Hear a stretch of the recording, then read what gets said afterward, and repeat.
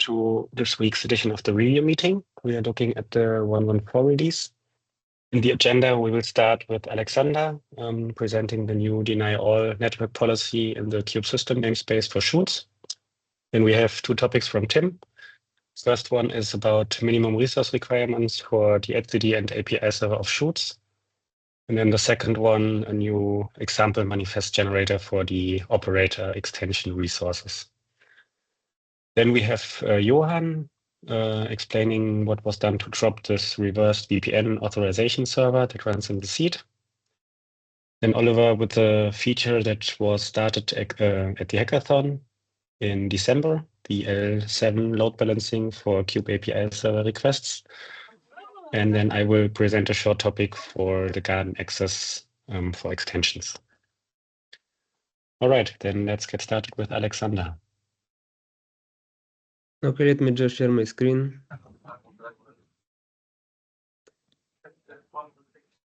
Okay, so I'm going to present you the following PR. So from Kubernetes version 1.33, we'll be deploying new denial network policy to the kube-system namespace of our shoots. It will be part of the shoot core system components.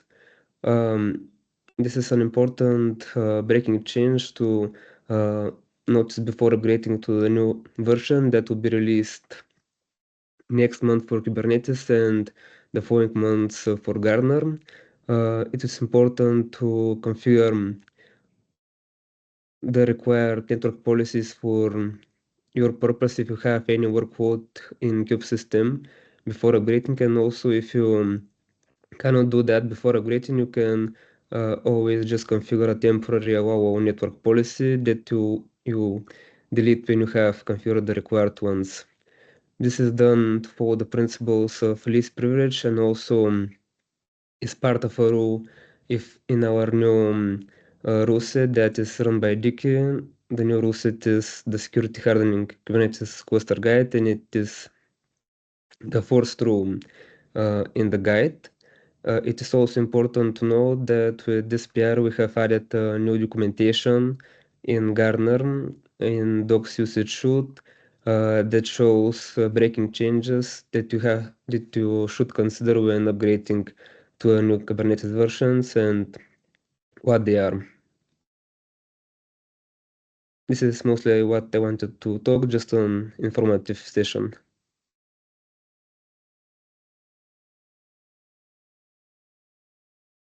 All right, thanks, Alexander. Any questions to this change?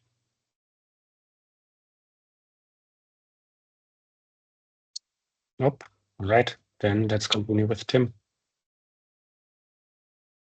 Thank you. Hello, everyone. Let me start sharing my screen. Okay, so as Raphael said, there will be two topics for me today. I will start with the new feature that we added in this release, which is exposing the min-allowed configuration in the shoot API. So users can configure the min-allowed values for VPA-controlled deployments for etcd and kube-api server. Oh, yeah, VPA-controlled workload. etcd is a stateful set, actually, right?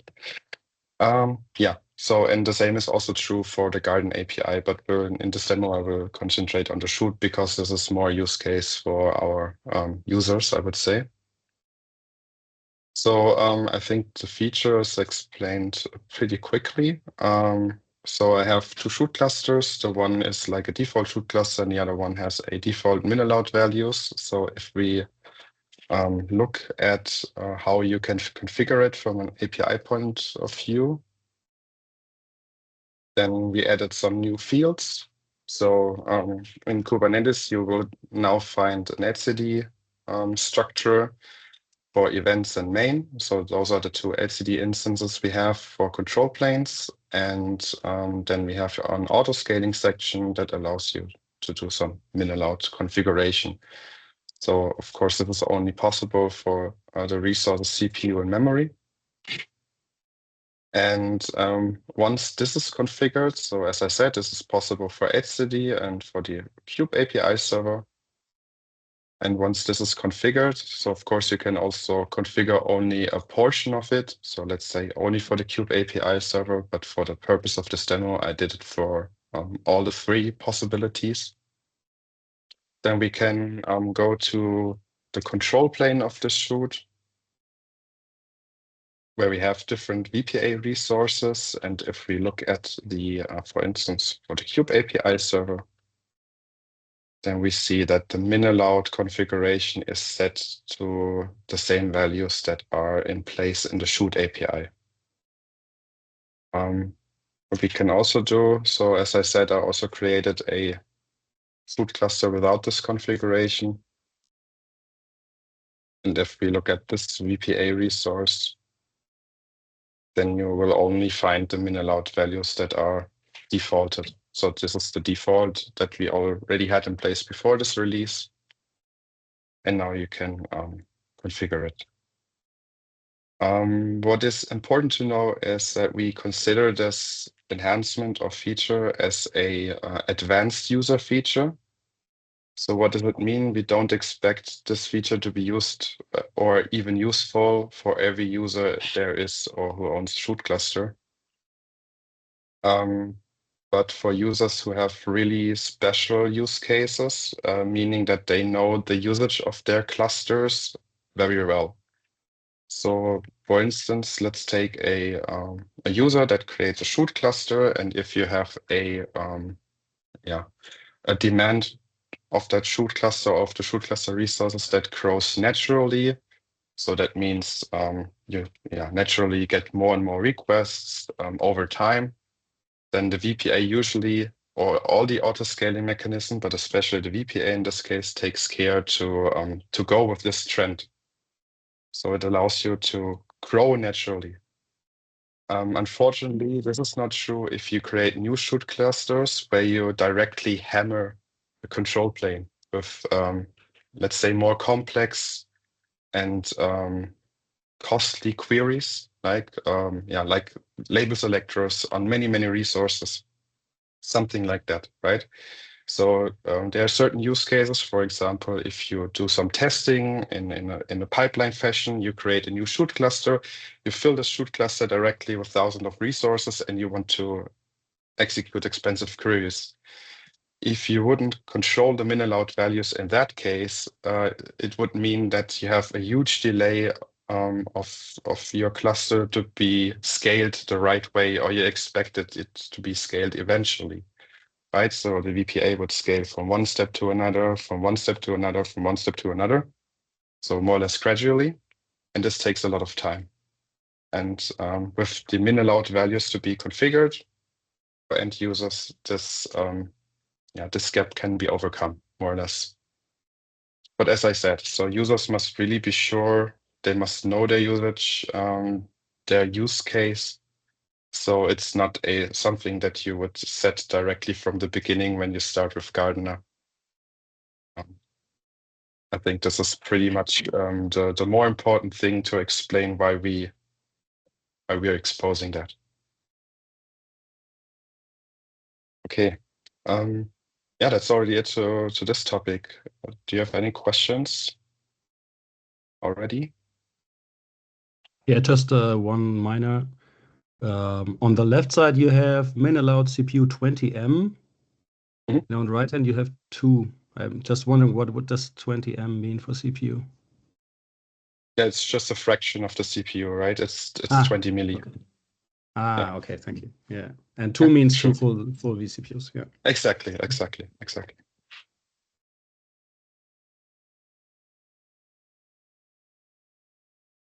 Okay.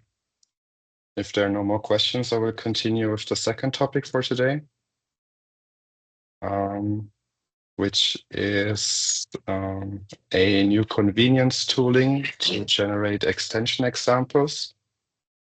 So we introduced this extension API in the operator API group a while ago.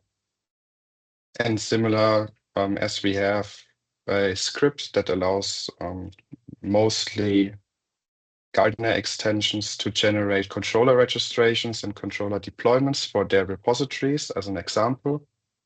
we now have a tooling that allows you to create an extension example. So how does it look like? It's not a script anymore. It's a binary written, or the implementation is written in Go. And it has a minimal set of command line arguments. So the tool is called extension generator. You give it different OCI repositories as a reference. You can define a component category. A category means the category of your extension, whether it's network, operating system, a provider extension like AWS, OpenStack, and so on, controller runtime, or a generic extension. Give it a name and a provider type. So I prepared an example, a pretty basic one. So in this case, we have a provider named foo. It takes care about reconciling the type networking foo. The component category is, of course, network, as the name already suggests. Then we have a reference to the OCI repository where the Helm chart can be fetched from, and the destination path where the example is written to. If we now look at this example, then we'll see it's a really basic one, right? So the tool transforms that information into the extension structure, puts everything in place, like the deployment with the OCI repository, as well as the resources which are derived from the component category. So for example, I can do another one. This time I also added the admission OCI references. And now you'll find also in the deployment section the admission parts. So this was like the basic concept behind it, and how is it supposed to be used by provider extensions. So I prepared one for the provider AWS, or it can be used. So what we can do now is via Go generate, which should be pretty basic and already what we do with the controller registrations. We can call this tool, this extension generator. Again, here with the name, provider AWS, provider type AWS, component category, this time, of course, provider extension.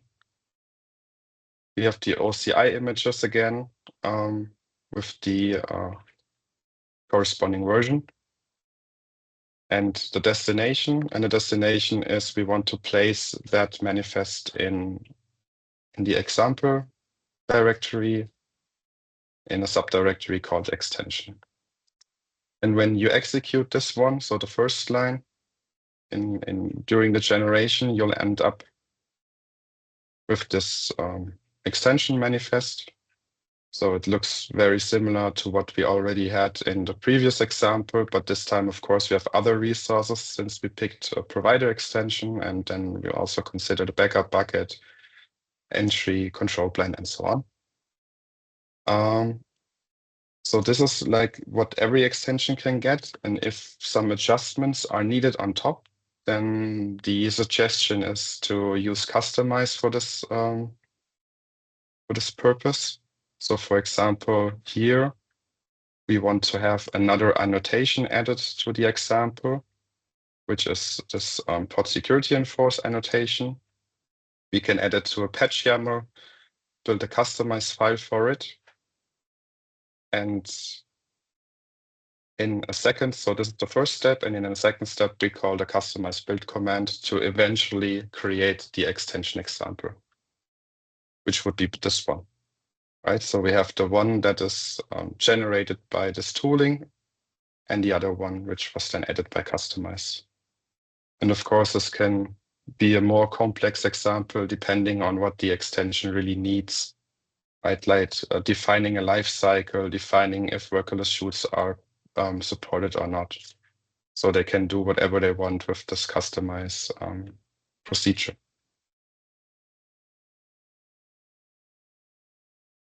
Okay. That's it from my side. Please feel free to ask any questions apart from that. Thanks for your attention.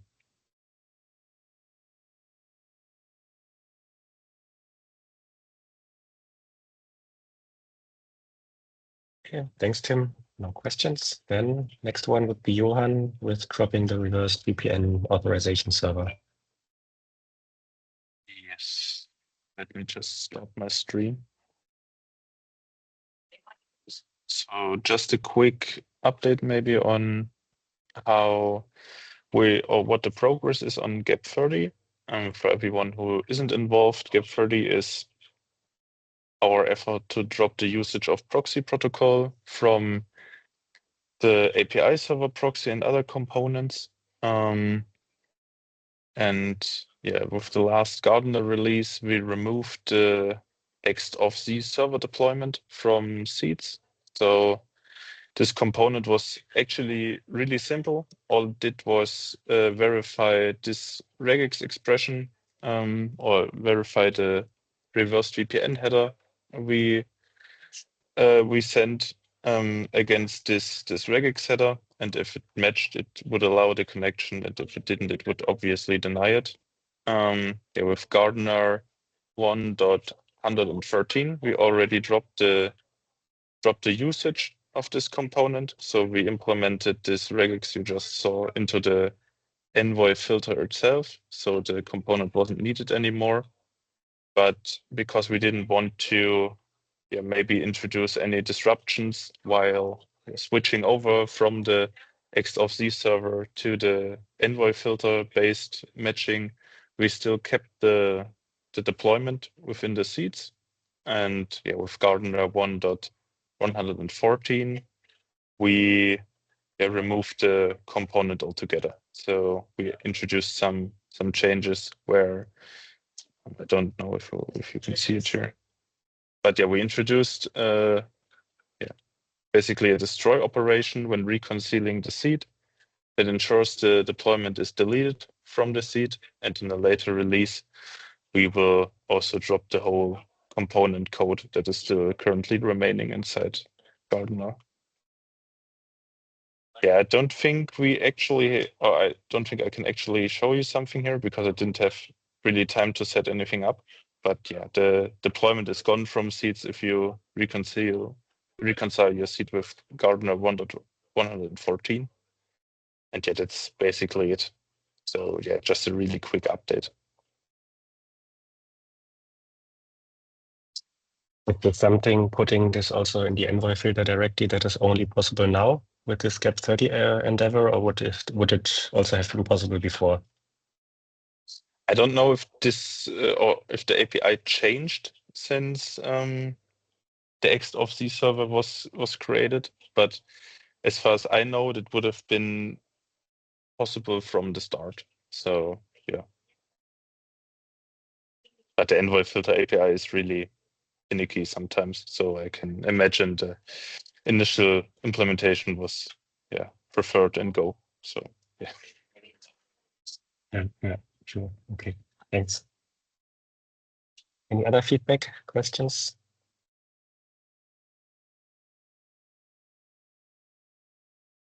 Nope. Then thanks, Johan, for presenting. And over to Oliver for the L7 load balancing. Yeah, hey, good morning. I'd like to present you a new PR of feature we started developing during the hackathon. That was Michael and me, and we already had a demo for it in the hackathon review. But now the feature has grown and it's finally merged into the API, into Gardener. So yeah, I like to show you again how it's working and what changed meanwhile. Okay, so basically this feature is about introducing a layer 7 load balancing for requests to the kube API server. And before I spend too many words, I'd like to show you the status quo. So I have a setup here, this operator seed setup, where we run the Gardener operator and a seed in the same local setup. And in this setup here, the feature gate is not activated yet. And I run some load generators, and they're creating secrets for the virtual garden you see here, and for one demo shoot I created. And as you see here on the CPU load for the virtual garden, all the requests come to one kube-apiserver instance, and the same for the shoot. Okay, and now I'm going to activate the feature gate. This takes a while, and so I can continue talking about the feature itself. I mean, what? Okay. When we started, by the way, there is a small documentation for this feature, Gardener docs operations kube-apiserver load balancing, which is available now, and yeah, explaining the feature a bit. Okay, so right now the default mode is still the old layer 4 load balancing, and the new feature is hidden behind a feature gate. It's called istio TLS termination, and it's available in the Gardener operator and in the gardenlets. And yeah, when this is activated, we introduce this layer 7 load balancing, and we also disable topology-aware traffic routing for the kube-apiservers, because yeah, those are kind of contradicting goals. Because yeah, we want to spread the load evenly between all the instances, and this does not work when we have like 3 zones and only 3 instances of kube-apiserver. Okay, yeah, and initially we the feature gate enabled the feature for an entire seed, and while we finalized this feature, we found out several hiccups, and limited the scope of this feature gate. So one thing is there's a streaming API, like when you extract into a pod. And before Kubernetes 1.31, this was using Speedy by default. And only after, or starting with 1.31, it starts using the WebSocket protocol. The thing is, Envoy has some problems upgrading connections from HTTP to Speedy. So the streaming endpoints would not work with the layer 7 load balancing. So the feature is only activated for shoots, which and for the garden, which uses the Kubernetes version higher than 1.31. Additionally, we thought that the feature might be useful for several, for let's say most of the shoots, but there could be cases where it's not working for a shoot. That's why we introduced an annotation for the shoot to enable to disable it for this particular shoot. Of course, this only works. The feature is activated for the shoot for the seed. Okay. Yeah, the rest here the rest of the document basically describes a bit how the thing is working. Maybe you can, if you're interested, you can have a look at it. What might be interesting is we extended the scope of this layer 7 load balancing. When we the hackathon state only enabled the load balancing for let's say our public API endpoints, and it was not working for API server proxy connections and for the wildcard certificate endpoint. And meanwhile, we also enabled this feature for those use cases. So basically, when you activate it for shoot, it's all the API server traffic is using the layer 7 load balancing. Okay.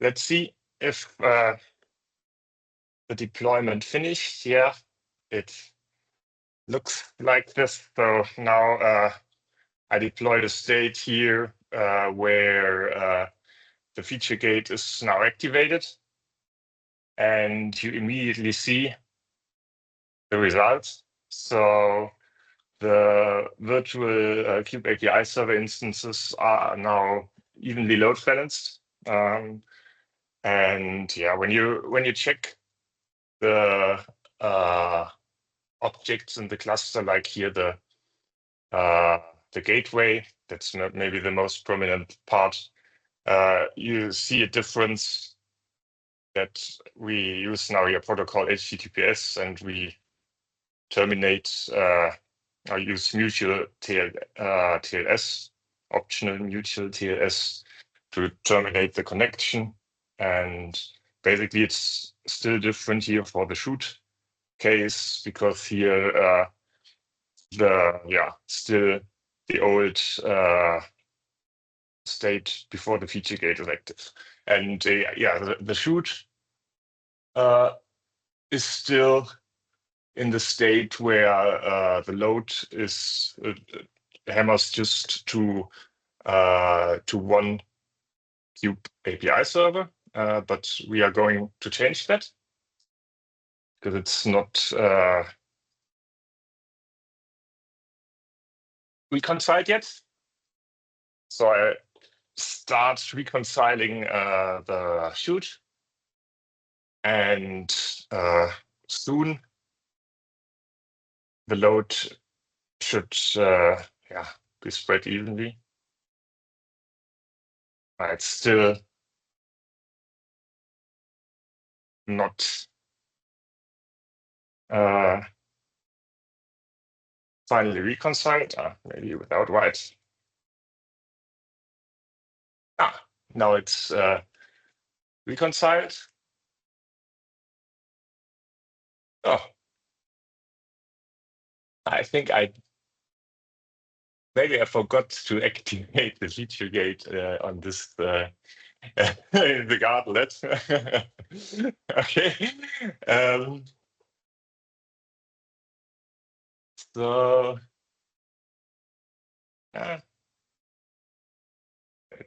again, yeah, it's still in the old state, so nothing happens here. I don't think I'm able to fix this because I have to redeploy Gardenlet for fixing this. But at least the half of the demo is working, and you see that it's working for the virtual garden, and basically it's the same for the shoot. And we already seen this, I guess, in Michael's demo right after the hackathon, that this is working too. And now you have to trust me, I guess, that this is working here. Okay, that's it from my end. Any questions?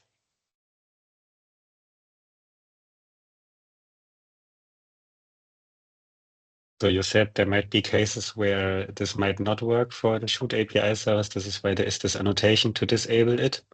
Do you have something concrete in mind where it might not work, or is this just for the usual, just that we have something in case we notice issues? Yes, it's the latter one. Because there might be a case where just 1 or 2 shoots on a seed are making problems with the feature gate enabled, and we don't want to come in a situation where we have to disable the feature gate for just 1 shoot. Yeah. Okay.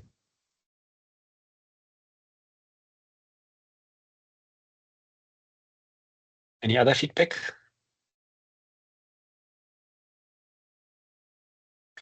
That's good. Okay, no further questions. All right, then thanks, Oliver. Welcome. And I will continue with the last topic for today, which is the garden access for extensions no longer being enabled by default. So what is this about? It's actually about this pull request, which we built on top of this one, 8204. This was a PR introduced in the summer 2 years ago. And what it basically did was to automatically inject a kube config for the garden cluster into all extension pods running in the seeds. So this is so that extensions can also communicate with the garden cluster and read resources from there, for example, shoots or something else. We use this feature heavily in the worker extension, for example, where in case of a shoot control plane migration, the worker controller reads the state of the machines from the garden cluster's shoot state resource. And for this, it needs the garden client, of course. The thing is that with this pull request, we just did inject or generate such a kube config by default for all extensions, meaning that even those that don't need it necessarily because they don't have such a use case, at least for now, also got a kube config injected.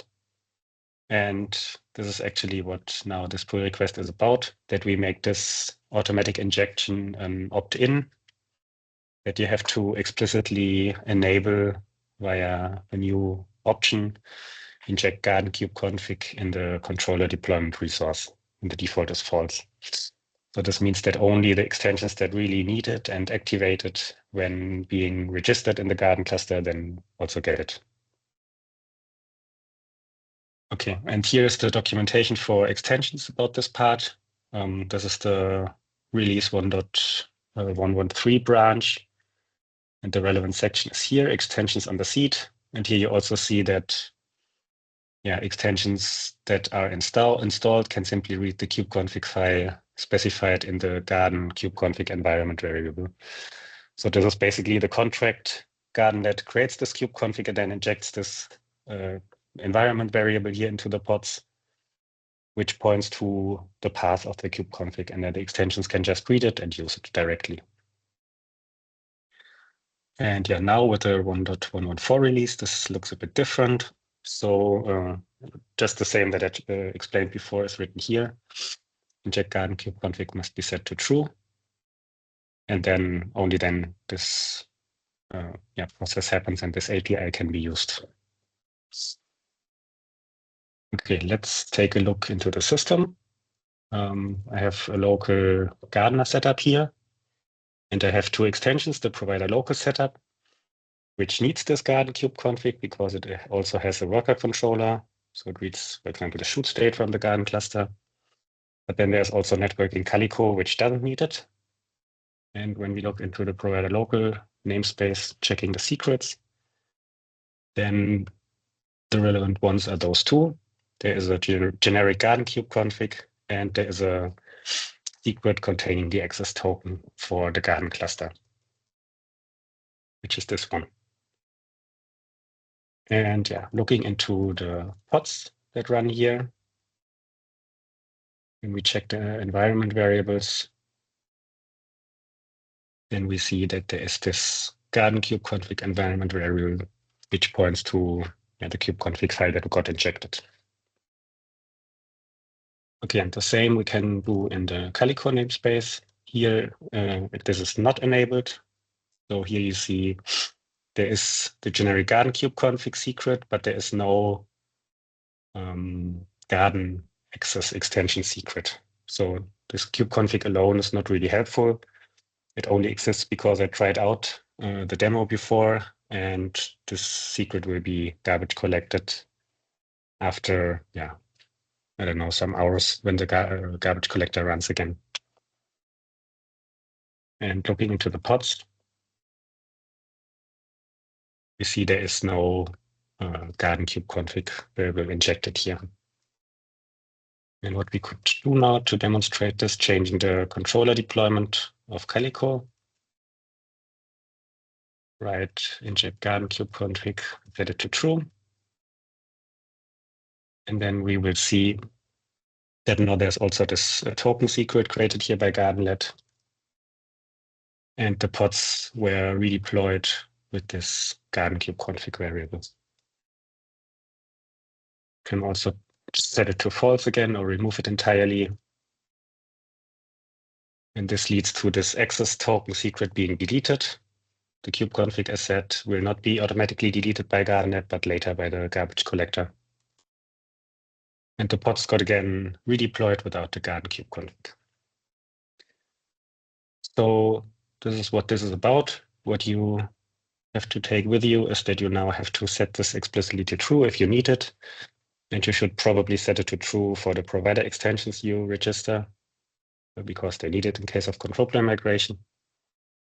And yeah, that's basically it.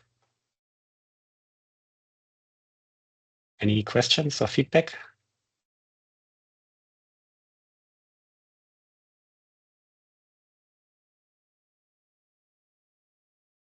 Yeah, and thanks.